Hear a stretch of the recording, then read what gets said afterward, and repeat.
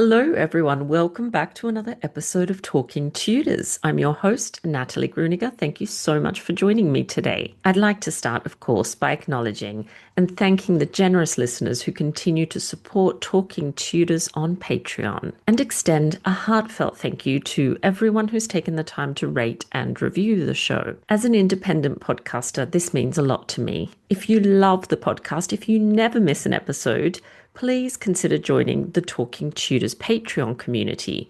Visit patreon.com/talkingtudors for more information. You'll find the link just below. Once you sign up, you'll have access to exclusive posts, additional monthly live talks, a member-only book club, patron-only monthly giveaways, to name just a few of the rewards. You can also support the podcast and share your love of Tudor history with the world by buying Talking Tudors merchandise.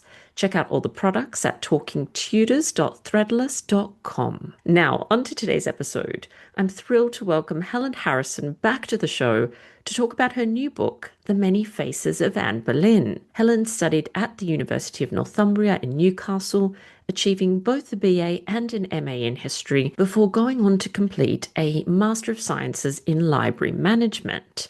Her passion for Tudor history started when studying for her A-levels and completing a module on Tudor rebellions.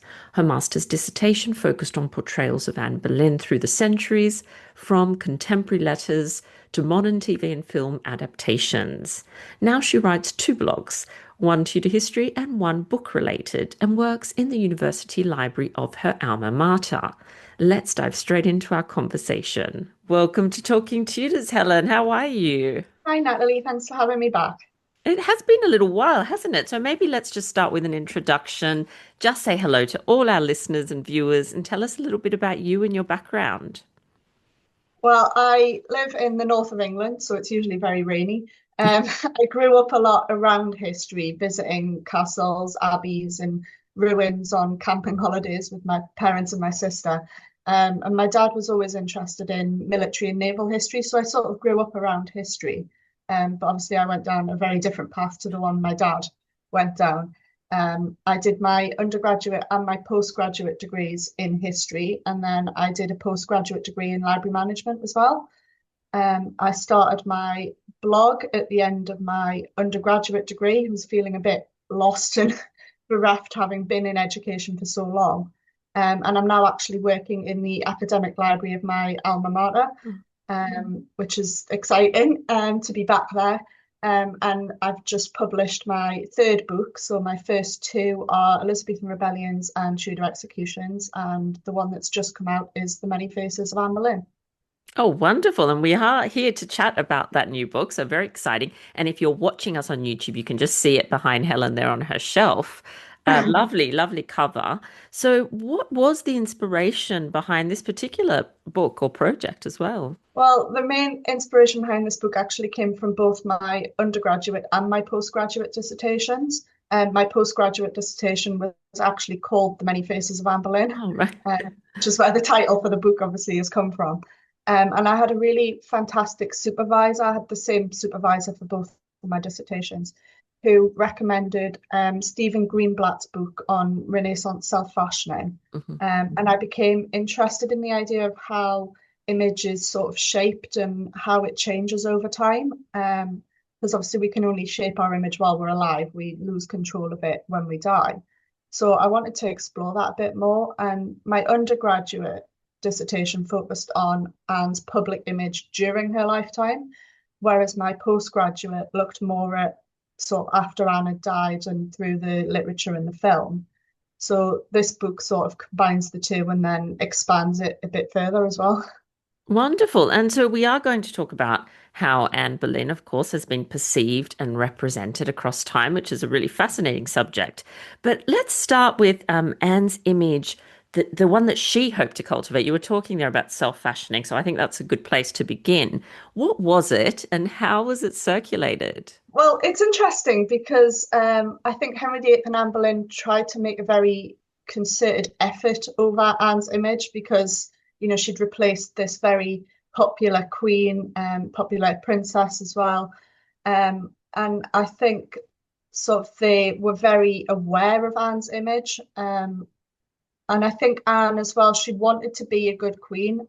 She didn't set out to be queen, I don't think. I don't think, she manipulated Henry to make her queen.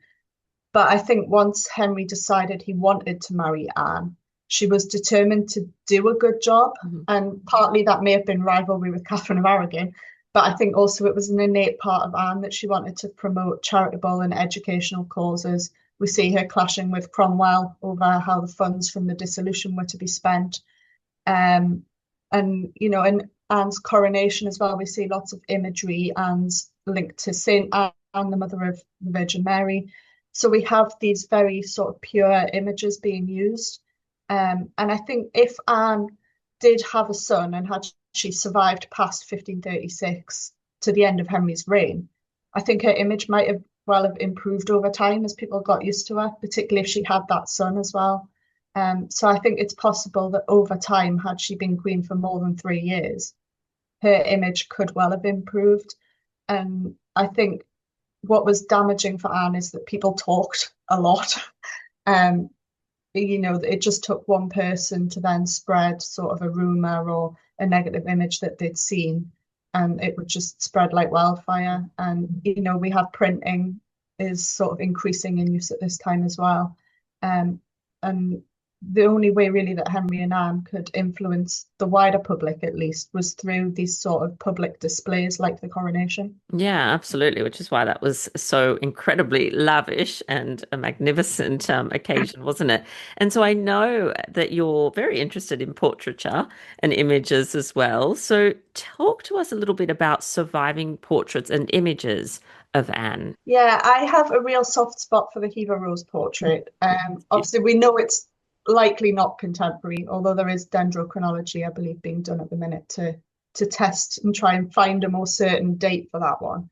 But I do wonder what fascinates me about that portrait is it's the only portrait we have of Anne where her hands are visible. And I wonder if that portrait was painted before or after Nicholas Sander's work.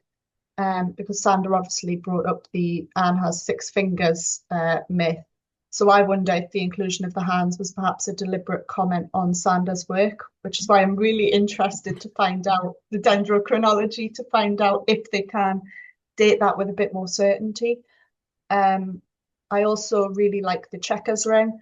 Um, that's it's such a tiny portrait, but I think it says a lot about Elizabeth and her feelings towards her mother. I do believe the portrait in the ring is Anne. I don't believe it's Catherine Parr or a young Elizabeth, which I think both have been suggested at various points. I just think it's a really symbolic gesture from Elizabeth that when the sort of locket portion of the ring is closed, the two portraits would almost be touching as well. I think that's beautiful. Um, and of course, I can't not mention the 1534 portrait medal, which, as far as we know at the moment, is probably one of the only contemporary images we have of Anne. I think there's a sketch from her coronation banquet, but you don't get a lot of detail Yes. about face and image in that one. So yeah, the 1534 portrait medal's interesting.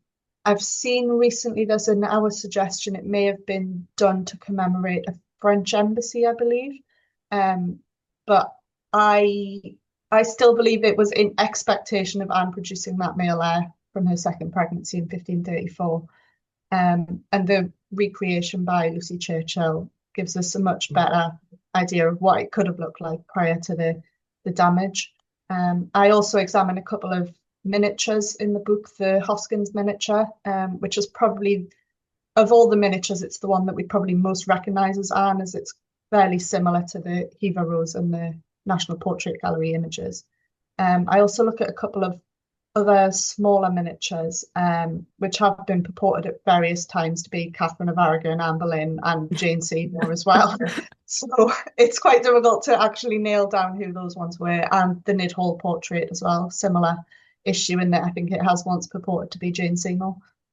Yeah, it's hard to keep up, isn't it? Because people are constantly reassessing and relabeling these portraits. I agree with you though. I think the miniature in the beautiful, beautiful ring is definitely Anne. Nothing else really makes sense to me. And the portrait medal is really interesting too, isn't it? And again, I agree. And I think it was for the the hoped for son that Anne lost very late in that pregnancy. From my research, that's what I think. So really, really interesting. And so let's talk a little bit about how Anne's actually viewed by English and European contemporaries at the time. How do they perceive her? Well, we have this sort of general view that Anne wasn't popular. That's sort of the general consensus. We have Imperial Ambassador Chapuis, who obviously is a voracious letter writer. We have a lot of his surviving letters. And he writes that Anne's coronation was a cold affair. Um, After her execution as well, he also admits that people are starting to doubt the veracity of the charges against her. And Chapuis often, people say, oh, we can't trust him. He was reporting to Charles V. He's a huge supporter of Catherine of Aragon and Princess Mary. But I think as an ambassador, Charles V would have expected Chapuis to be telling the truth, at least as far as he could, as far as he was able to, given what he could find out at the time. But I do think, when he was reporting general opinion on Anne, I don't think he was too far off the mark there. And had replaced a very popular queen in Catherine of Aragon. And I think she struggled to bring the people round, I think, Yeah. just because Catherine had been queen for so long. She'd been very popular.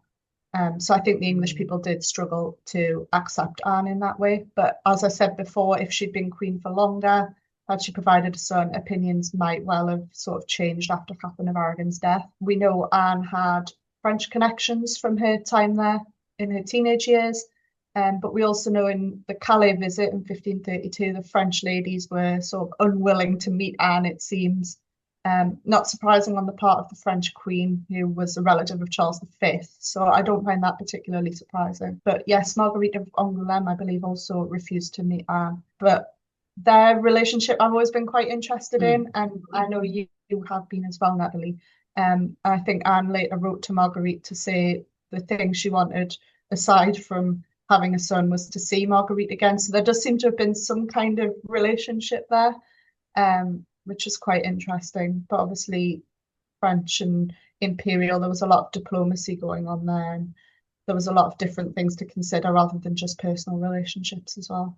Yeah, it's difficult, isn't it? Because basically all the sort of sources we have about Anne, of course, are colored by the whole great matter and all of that. So you definitely need to find corroborating evidence for most things. But Yeah. I also agree that Chapuis, I don't think he would have been trying to mislead Charles V. I think that would have been, something he would not have done. He was very experienced ambassador. I don't think that's what he's going to do.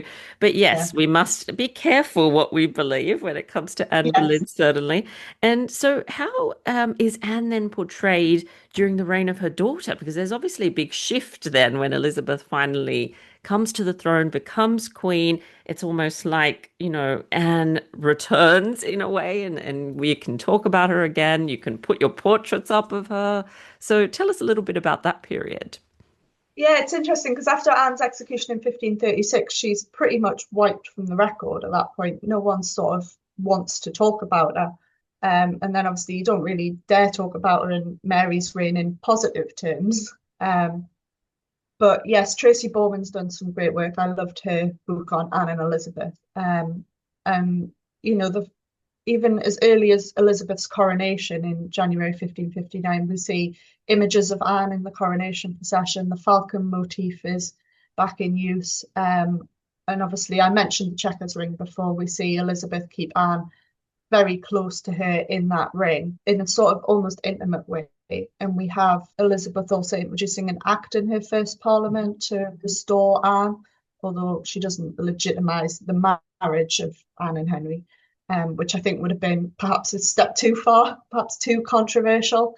And I think Elizabeth was very aware of her mother, and of what had happened to her, and didn't want to take things too far, which I think can also explain why she didn't have Anne's remains buried somewhere else. It was possibly a bit too close, to comfort for people who quite possibly still remembered Anne. We know Matthew Parker, for instance, knew Anne and promised to take care of Elizabeth, which was just a lovely thing considering we believe he came from the same county as Anne as well. So that's a lovely sort of connection. And We have Shakespeare writing about Henry VIII. He wrote a play about Henry VIII, which features Anne, although Anne's appearances are very limited in that play. And she's just portrayed as sort of a mother and a queen. Just the play finishes with the birth of Elizabeth, which I think is very telling as to how Shakespeare was portraying Anne, that it all led up to this moment of Elizabeth's birth. And also in Elizabeth's reign, we have Nicholas Sander and John Fox publishing their polar opposite works, with Sander sort of seeing Anne as a heretic, almost to denigrate Elizabeth, and Fox sees her as a Protestant martyr, almost to support Elizabeth's sort of religious changes in her religious settlement. Yeah, it's so interesting looking at Anne's image in Elizabeth's reign, I Mhm. think, as there is this sort of theme of Elizabeth emerging from the ashes of Anne's life almost, and that Anne's job, sole job, was to give birth to Elizabeth. So it's really, really interesting to have a look at how that shifts, obviously, when Elizabeth comes to the throne, and all those panel portraits that go up at around Elizabeth's time as well, which is really interesting. So let's look at some later centuries. How has Anne's image been interpreted and reinterpreted in the subsequent centuries? Yeah, after Elizabeth, from my research, it seems a bit up and down in sort of interpretations of Anne Boleyn. There's some gaps where there doesn't really seem to be all that much interest in Anne, particularly sort of the Georgian period's quite a quiet Yeah, that's sort of true. period in terms of interest. We don't get sort of the plays and the literature being written, but in the sort of Stuart period, we do have a few.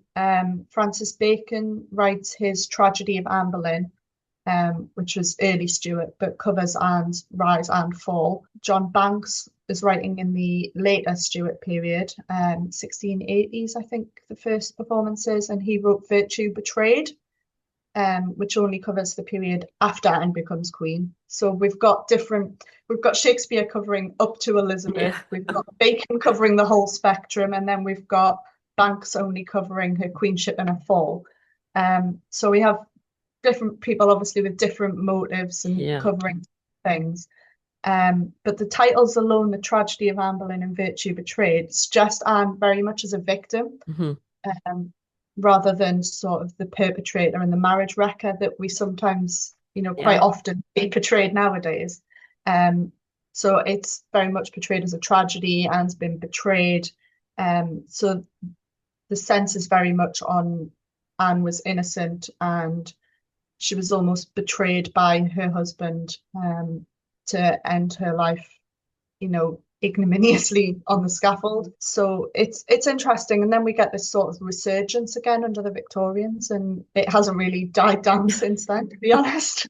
No, that's so true that in the Victorian period there is such interest in Anne's story, and I believe, and you might be able to tell me more, but I believe it's because Queen Victoria had a personal interest in Anne's story, I think. So do you want to tell us a little bit about what Anne the Victorians created, really? Yeah, Victoria does seem to have had a personal interest, and I wasn't really aware of this before I started sort of looking into the excavations at the Chapel of St. Peter ad Yeah. Vincula, which happened during the Victorian period as well, because I knew I wanted to write about that in the book, and it was then that I discovered, oh, Victoria visited Hever as a You did, princess yeah. before she became queen. She writes about visiting with Blazon and riding a horse, and it's quite a short entry. We don't get sort of a lot of detail about that visit. But the fact that, she sort of chose to record it and it is still sort of read and written about today, I think is telling that she just chose to mention that she'd been to Hever, to visit, Anne's childhood home. And the chapter on the Victorians in the book I've called Anna's Tragic Heroine, Mhm. which I think sort of sums up how the Victorians saw Anne, but they also seem to be quite unsure of what to make of her. There's a lot of sort of conflicting, sort of little statements in histories and things like that. We have the Strickland sisters, Paul Friedman, James Froude. So there's quite a few historians writing, but there's almost, they say, oh, it was tragic and died. She was probably innocent. But then they say, she was ambitious. She rose above her station. And there's a lot of, almost, they don't want that to be taken as a positive thing. So there's a lot of contradictions in the histories. And it's in this period as well, we start to get a lot of the romanticized images that we see of, there's a famous one, I think it's Edward Sibbett, is it, of Yes. Yeah. Anne Boleyn and with young Elizabeth in the Tower of London. We have Henry and Anne hunting Mhm. in Windsor Forest. There's one of Henry and Anne's first meeting, and they're all very they're all done in sort of watercolors, and they're all sort of quite romanticized images of what their life would have been like, when we know their relationship at times was very, very stormy. But none of this is sort of portrayed in these images. It's very much a love story. Um, and like I mentioned, it was in Victoria's reign. We see the excavations at the Tower Chapel as well, when the memorial stones were first placed. Although whether the bodies actually lie under the stones is now, who knows? The bones have Another probably, debate, hey, another yeah. debate. Well, the bones, I think Alfred Hawkins mentioned that the bones have probably been scattered over quite a wide area now, just because of the number of times they've been disturbed over the years. And I do wonder how much of an influence Prince Albert had there as well. We know he was very interested in architecture and buildings. So I wonder if maybe him and Victoria had discussed, doing some excavations and some works and find out more, particularly given Victoria's interest in Anne Boleyn.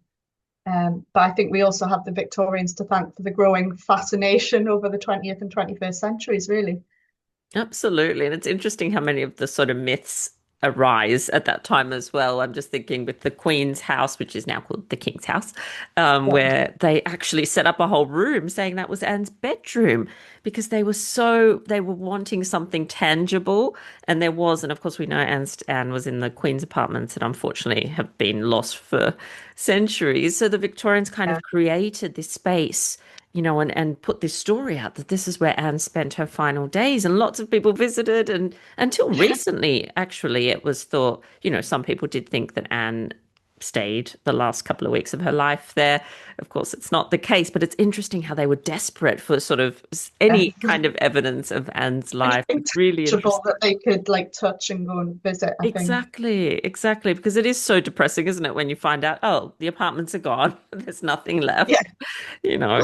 It's not good. So let's talk then about how Anne's image, sorry, evolves in the 20th century. We've obviously got this resurgence of interest during the Victorian time. So how does that kind of evolve throughout? The 20th century, we sort of see the emergence of television, film, particularly across the second half of the century. And some of my favourite interpretations are from this time, Genevieve Bujold in Anne of the Thousand Days. And I've always loved the novels of Jean Plaidy, which came from my grandma, actually. Apparently, my grandma used to read them all the time, but she died before I was born. Mm. So it's kind of been a nice way of sort of connecting with her as Yeah. well, reading some Jean Plaidy. So the earliest sort of interpretation I discuss in the 20th century is The Private Lives of Henry VIII from 1933. We have Merle Oberon playing Anne. It's a black and white film.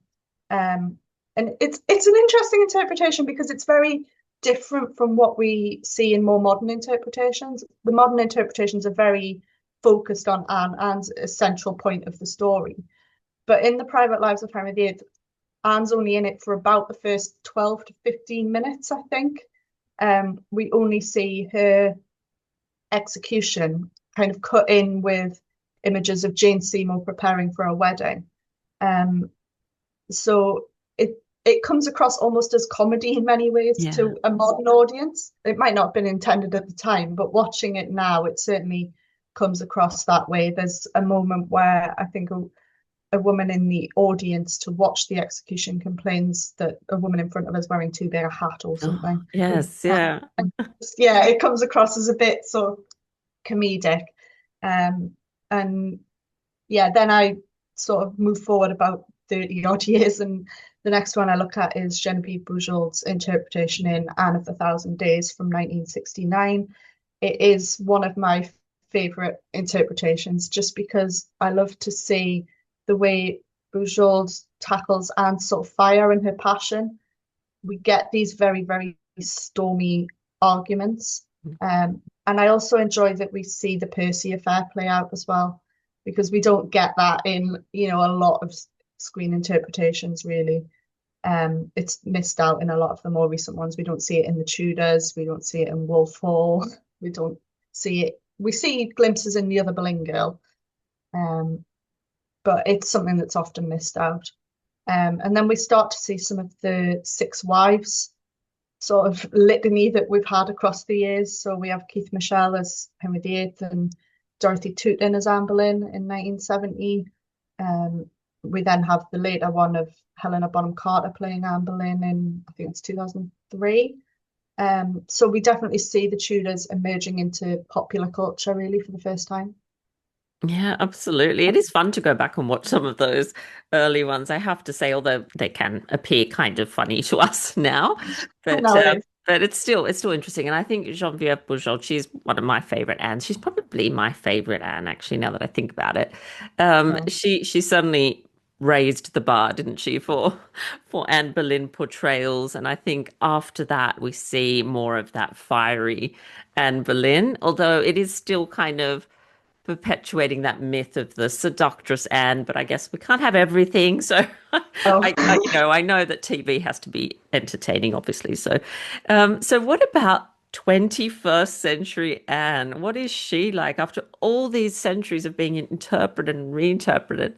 How is she? How is she now? What do people think of her now? Well, I think the 21st century interpretation people keep coming back to is Natalie Dormer in Yeah. the Tudor. That was my sort of first, and it was my almost my way into the Tudors pretty much. It started broadcasting before I started at university, and that sort of, I guess, just lit the fire under me, I guess, Yeah. and that sort of then encouraged me to look further, and then led to my dissertations on Anne. But it's a very sexualized interpretation, Natalie Dormer's is. Um, and we have Henry VIII having so many mistresses, so many more than we actually have concrete evidence for. But we also see Anne being very religiously active, um, which I think we haven't sort of seen that angle before on screen, which is interesting. And but she also comes across as incredibly ambitious and quite manipulative at points Yeah. as well. So I think we are in the 21st century, we're seeing a more rounded Anne, but we're also seeing, you know, one that's informed by what's almost expected at the time, what's going to bring the viewers in, Mm. and that tends to be sex at this point. Yeah. So sadly, I think almost, although we see sort of elements of the religious reformism and her involvement in the Great Manor, I think it's almost overshadowed by the sex in that series. It is a guilty pleasure. I do rewatch it quite often. But yeah, I think it certainly needs to be taken with a pinch of salt. Although, as I discuss in the book, it does actually make use of quite a lot of primary sources. So it's an interesting sort of mix of entertainment, drama, and real contemporary sources, as a lot of dramas are nowadays. And then I discuss Claire Foy's interpretation in Wolf Hall. Of course, the second series isn't that long out now, and we do get glimpses of Anne in the second series, but of course, spoiler, is executed at the end of the first series. Um, but we see her involved in almost everything to do with the annulment in that series. She's very politically involved. But I think it's also important to remember that Claire Foy's Anne Boleyn is Anne as seen through Cromwell's eyes. Exactly. Yeah. It's a very particular interpretation that we have from Hilary Mantel. So we see a lot of how she treats different people, her sister Mary, how she treats Cromwell, how she treats Henry VIII. Um, and it's definitely not a sympathetic portrayal. But again, I think that's because we're seeing it through Cromwell's eyes, and I don't think Cromwell viewed Anne particularly sympathetically. That's a very different one, and I think it's really good that we've got that very different interpretation. And I also really enjoyed the fact that she has this French lilt to her voice. I think that was really interesting interpretation as well. And I think it's quite possible she did have something like that in reality from all of her time in France. So the last sort of 21st century interpretation, it's not really a screen interpretation, but I look at Anne Boleyn in Six the Musical. Oh, yes. Um, as part of my Anne on Stage chapter. So it doesn't follow completely chronologically through the book. Um, but I wanted to include Six because again, we're getting a very, very different interpretation of Anne. But I have to admit to being slightly disappointed by the way Anne's portrayed in Six because she's almost she is portrayed as just wanting to sort of have fun. She doesn't come across as being particularly savvy or religiously active. Um, and of course, it is a musical, so we're not going to get a lot of the new ones. But I think the other wives got a better deal in that show. Much as I love Six, and I do love it, I'm seeing it again later next month actually. But it's just, yeah, I don't think Anne comes out of it Mm. particularly well. It almost does Anne a disservice, I feel. There's been a lot of very interesting interpretations, I think, through the 20th and the 21st century, and I'm sure there'll be more to come as well. Yeah, absolutely. I know it is I love Six too. It's a lot of fun. And what I love about, I suppose, all those portrayals that you spoke about is that they do bring people to this period, don't they? Like you said that, that was your sort of what ignited your passion for Anne Yeah, and Anne's story. So that's really lovely because I know, of course, a lot of people complain about shows like the Tudors and things like that. But I think keeping in mind that they are obviously yeah. fiction, they're there for entertainment. But I can't tell you how many times people have said to me, "Oh, the Tudors started my love, and now I've gone to university, I've done this, I've done that." So I think that's really wonderful. It's a very popular medium and It it does is. I bring think people, doesn't it? it does. And, for me, I was already interested in history, but I was originally actually focused on a different period. My original interest was in Nazi Germany and the Holocaust. Oh, right. As I have a family connection, my grandma was Austrian Polish and she was in a labor camp during the war. So that sort of ignited my interest in sort of that period, really. And then I sort of watched the Tudors and I did modules on women's history at university, really. It was the first time I'd done sort of anything purely women's history. And it just sort of snowballed from there. I looked into, women in power, Hmm. and it sort of just snowballed out from there. And I went, nope, the Tudors is what I want to do. It is such a fascinating period, honestly. It's amazing how it draws people from all over the world, how once it kind of captures you, it's almost impossible to get away. Although I will say that once you love the Tudors, what's happened to me is that I keep going back, so I need to know more about the medieval period because of course I want to know what they understood about history and whatnot. Yeah, So it is, yeah. say my second love's the Wars of the Roses. So yeah, I've done the same as you and gone backwards. Yeah, Which yeah. it's fascinating. I don't think you can really understand the Tudors without having looked at the Wars of the No. Roses. Well, exactly. Maybe And, if you think what of someone like Henry VII, he's certainly a medieval king, isn't he? And so you want to kind of understand that. So wonderful. And so wonderful, Helen, to hear more about your book. So what's next for you? I've actually just completed a draft of my fourth book. Oh, It's not submitted yet. It's sort of in editing and proofreading and things like that now. So that's on Henry VIII's Great Matter. oh, Um, fabulous. So I'm sort of staying within the same period, but Yeah. I'm doing more of a deep dive into the annulment case, really, which is, yeah, it's been really interesting, but I found it quite difficult because a lot of the sources, of course, are papal, Hmm. parliamentary acts. It's sources that are a bit different to really what I'm used to sort of analysing and deeply reading. So that's been a bit of a challenge. But I really enjoyed it actually, weirdly. Although I've been struggling a bit with writer's block with this one, I have to admit. But Oh, well, that's hopefully really it's exciting. You are doing an amazing job getting all these books out. And so if people want to learn a little bit more about you or your work, you mentioned a blog earlier, where can they go?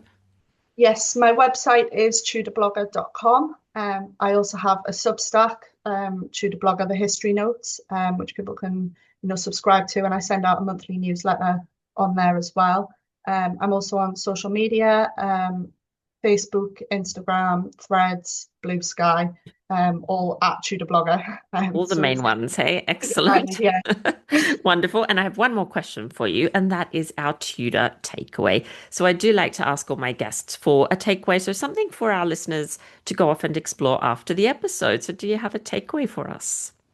I do. It's something that's quite fun. It's actually a novel that I discuss in my new book, but it's one that when I've been talking to people, they haven't heard of. So I'm hoping it might be something new for your listeners to go and delve Yeah. into. It's a series of novels. It's called Kindred Spirits by Jennifer C. Wilson. It's based in the modern day, and the first book's set at the Tower of London in the community of ghosts that live there. Oh, It includes Anne and George Boleyn, Jane Grey, Catherine Howard, Richard III, George Duke of Clarence. And it's just about this group of ghosts that sort of start haunting the guests at the tower. There's lots of just interplay between the characters, and it opens with Anne Boleyn and Richard III talking. And one says to the other, "Where's George?" And the other says, "Yours or mine." They both have brothers called George. So that's just a sense. It's just a lovely, light-hearted read, and it's written by an author who's local to me, which is always, I always like to support people. And I really enjoyed this entire series. So Oh, that sounds like a lot of fun and certainly not a takeaway we've had before. So you've done really well in more than 300 episodes to find something new. So I love that. Thank you. That sounds great. And I'll put a link to what you've mentioned in our show notes. So Helen, thank you so much for taking the time to come back on the show and talk tutors with us. thank you so much for having me, Natalie.